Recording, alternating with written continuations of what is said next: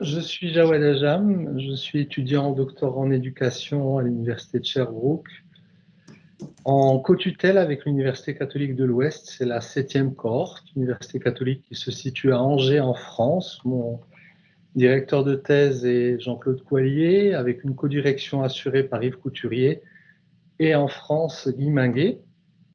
Dans la vie civile, je suis directeur d'un centre d'expertise national des technologies pour l'autonomie et la santé.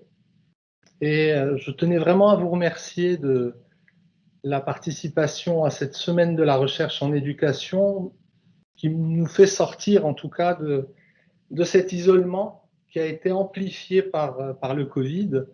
Pendant les 3 premières années de mon travail de thèse, je venais à l'université de Sherbrooke 2 à 3 fois par an. Ça fait bientôt 2 ans que je n'ai pas pu m'y rendre.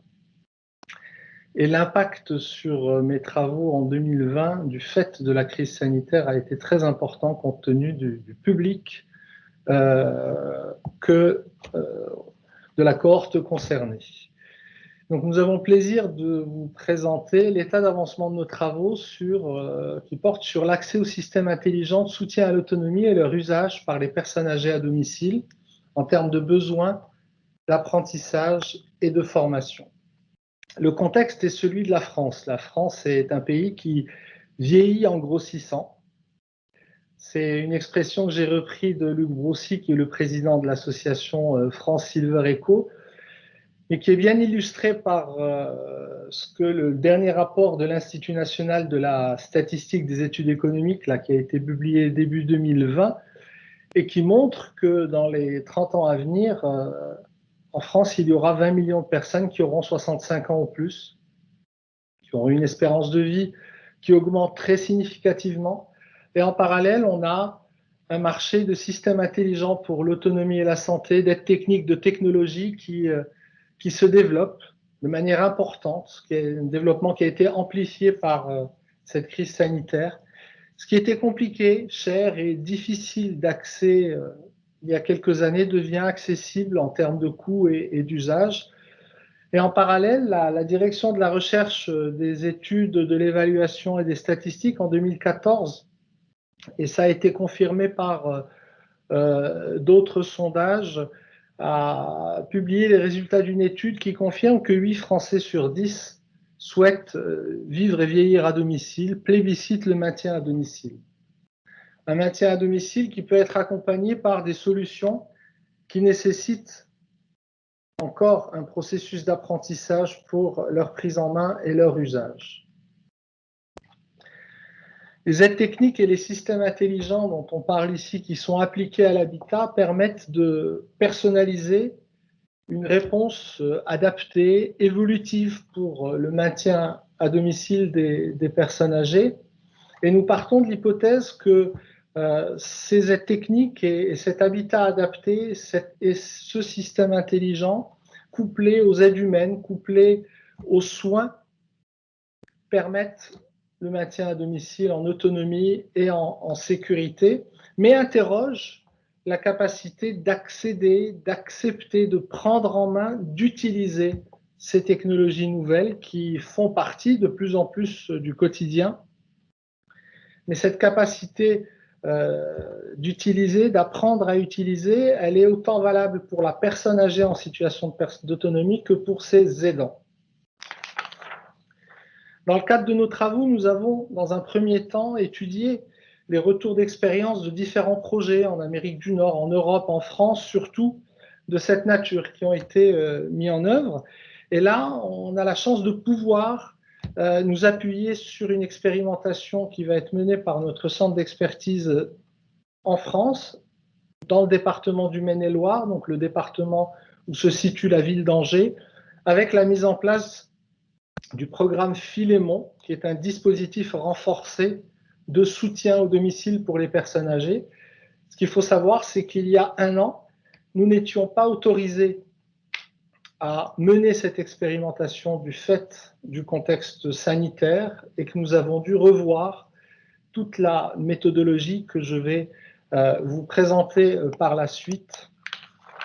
Mais avant cela, je vais vous parler de ce que c'est qu'un système intelligent. Donc là, vous voyez deux panneaux qui viennent équiper un logement parce que le principe, c'est de pouvoir installer ces équipements rapidement dans le logement des personnes âgées inclus. Et ces panneaux-là embarquent des solutions d'actimétrie. Donc l'actimétrie, c'est finalement des capteurs qui vont mesurer l'activité du résident, l'activité quotidienne, et qui vont surtout identifier des situations qui peuvent être potentiellement des situations à risque, comme le fait de chuter, le fait de ne pas se lever de son lit ou de sortir de son logement à des heures qui ne sont pas habituelles, ou bien de ne pas se rendre dans la cuisine pour s'alimenter, par exemple.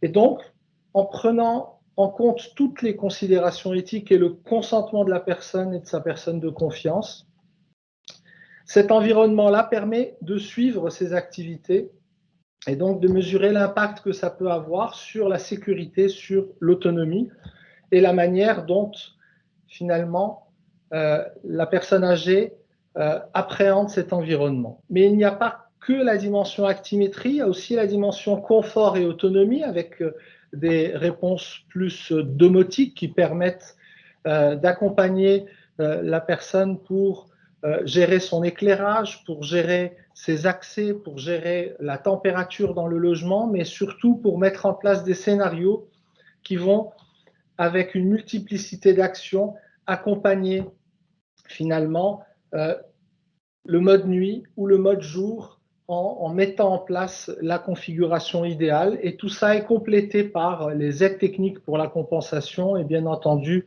le logement adapté. Et je ne vous parle pas de la téléconsultation. La téléconsultation, c'est quelque chose qui était courant au Québec depuis plusieurs années. C'est seulement depuis 2 ans qu'en France, nous commençons à pouvoir utiliser cet outil-là pour mettre en lien le patient avec son médecin. Et dans notre expérimentation, la téléconsultation est là pour pouvoir, surtout la nuit, éviter une hospitalisation d'urgence avec un avis éclairé du médecin.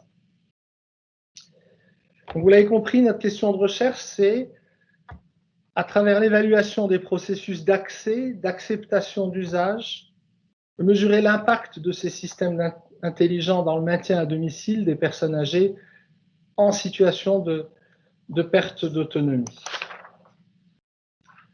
Le cadre de référence s'appuie sur, d'une part, les travaux de Levesque, Harris et Russell qui définissent le concept d'accès aux gérontechnologies, et ceux de Chen et Chan qui définissent à travers le Senior Technology Acceptance Model, le STAM, le concept d'acceptabilité et d'usage des technologies. Le devis adopte les 8 étapes basées sur les écrits du gagnant, avec un devis pertinent, valide, un protocole structuré, des critères d'inclusion précis et une collecte de données multiples. Une analyse de données organisée, basée sur des études de cas. Alors, études de cas, c'est la nouvelle méthodologie qu'on a dû prendre, puisque initialement, les travaux s'appuyaient sur une analyse comparée de 2 groupes témoins, un groupe témoin en maison de retraite, en EHPAD, et un groupe témoin qui est équipé de cet environnement, de ces systèmes intelligents, pour pouvoir évaluer la question d'accessibilité, d'acceptabilité, de disponibilité, d'adéquation, mais surtout les capacités à percevoir, à chercher, à accepter et à utiliser, et la manière, la stratégie qu'on prend pour accompagner cette prise en main et l'usage. L'étude va se baser sur 8 cas. 8 cas qui vont bénéficier de l'installation du système intelligent avec la coordination de l'aide humaine, des soins et de tout le bouquet de services qui sera nécessaire. Et chaque étude de cas... 5 minutes. Oui, merci. 5 minutes, merci. Très bien. Chaque étude de cas va se baser sur une évaluation multidimensionnelle des besoins de compensation. Donc là, c'est un référentiel de la Caisse nationale de solidarité pour l'autonomie. Une évaluation ergonomique qui est basée sur les travaux de Bastien Escapin. Des entrevues semi-dirigées avec les professionnels aidants portant sur l'accès et l'usage et sur les processus d'apprentissage. Et enfin, une analyse des données numériques qui proviennent de l'actimétrie. Notre question de recherche est au cœur de la problématique centrale de notre thèse. Elle sera abordée en interrogeant l'accès, l'usage et les questions éthiques qui en découlent.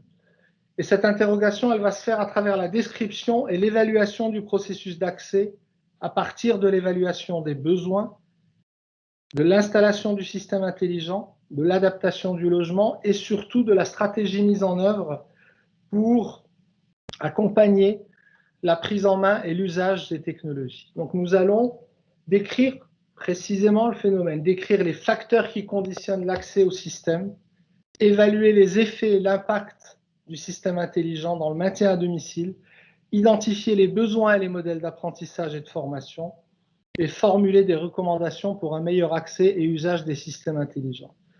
Alors, il y a un an, nous ne pouvions pas mener l'expérimentation du fait du contexte sanitaire. On a eu la chance, en octobre de cette année, à travers une publication du journal officiel, d'avoir une autorisation du ministère de la Santé, à travers sa direction générale des affaires sanitaires et sociales, pour mener cette expérimentation Philémon, en ayant la possibilité d'inclure une cohorte de 30 personnes âgées, donc d'équiper 30 personnes âgées par an pendant 3 ans.